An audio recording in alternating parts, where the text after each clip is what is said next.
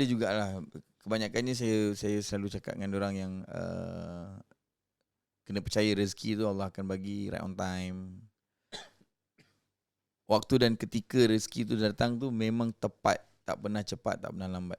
Dan macam mana kita nak unblock rezeki ni, dia ada banyak cara. Mungkin dengan amalan, mungkin dengan waqiahnya, istighfarnya, sedekahnya, macam tu lah. So dari sudut perniagaan pun memang itulah rezekinya.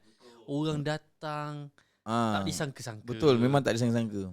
Memang orang pula datang luar biasa tuan. Kalau awak boleh sabar sikit, insyaAllah kita akan pergi lagi jauh, insyaAllah. Sebab benda ni, setiap perniagaan dia memang kena ada naik turun tuan. Okay. Kalau perniagaan tak ada naik turun, dia perniagaan yang berlainan. Perniagaan yang suspicious, macam tu.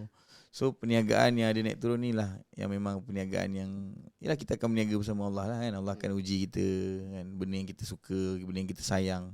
Harta benda kita sayang, Allah akan uji kita dengan harta benda. Anak kita sayang, Allah akan uji kita dengan anak. So benda-benda tu lah yang pada saya, suka atau tak, kita kena terima setiap perkara ni memang kebaikan yang Allah hantar.